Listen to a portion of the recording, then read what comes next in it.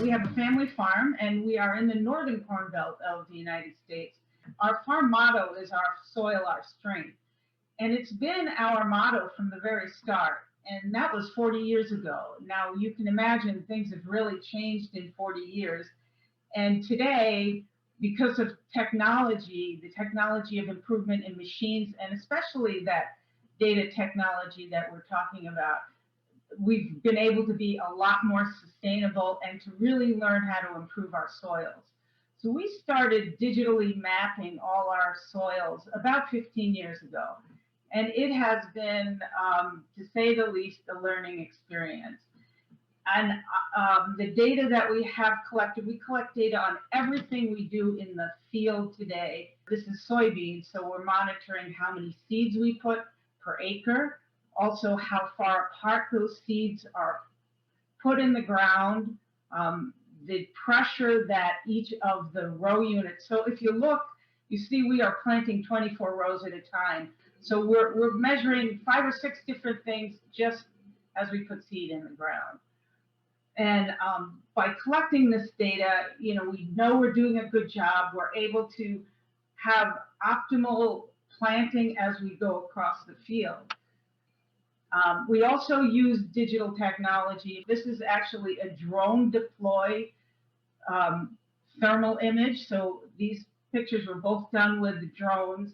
And they take that picture and they actually enhance it with technology. And then you can see parts of the field where it's red or it's yellow and it's maybe not thriving as well. We can actually go in there with georeferencing and see what's going on in the field then. Obviously, we have a lot of technology. We have a lot of data. In fact, we have so much data that sometimes it is really overwhelming. And I think most farmers who collect this kind of data will tell you the same thing. So looking forward, the things that I'd like to see that I think we will see in the near future are simpler tools. It's been a real learning curve for us. And because we're only using some of this technology a couple of months, a couple of weeks really out of the year, it's a good thing we have good tech support, but we need simpler ways to access and collect this data. It needs to be cost effective. Thanks a lot, Nancy. I mean, we've had several conversations in the past, and we can do a whole session given the number of topics that you cover, from data privacy to access to broadband. And I'm sure Teddy afterwards will have something to say about that. But I do know that at your farm's level and for the past 40 years, you've spent a lot of time thinking about sustainability. And we agree that soils are at the forefront of the sustainability story in agriculture because they regulate water flow, they sequester carbon, they're home to a diverse ecosystem, which provides vital nutrients to animals and humans alike. So from your perspective, can you tell us how do you see the effect of your work on the soils of your farm? And do you measure the outcome for soil health on a regular basis and to drive your business forward? So, we could spend a lot of money and a lot of time measuring. And we measure by yields. And we have seen incredible increases in yields of our farm. And today, if we don't exceed 200 bushel, we feel like we've had crop failure. We've had 250 to higher crop yields for us. We do soil tests, but we also know by the earthworms and the microbial activity in our fields that we're doing the right things. We do dig soil pits and we look at the structure. We know we see earthworm burrows down 8 to 10 feet. I can just touch the soil in my hands and I know that it's good. I could go out there with a hoe and it's mellow and it's beautiful. And then we know that when it rains, we see the water infiltrate. It doesn't run off like some of our neighbors' fields do, so that we have really good water infiltration.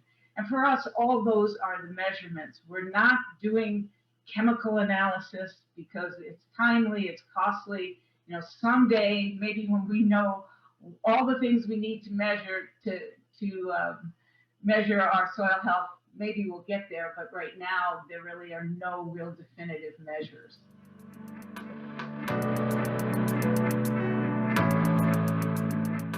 Hi, Nancy. Thanks so much for that great presentation. I just wanted to ask you quickly, I work with the World Initiative for Soy and Human Health, which is a program of the American Soybean Association, and we work in developing and emerging markets. And one of the questions, or one of the comments that we get most often is, you know, your technology in the United States is radically different from the technology that we have available in our markets.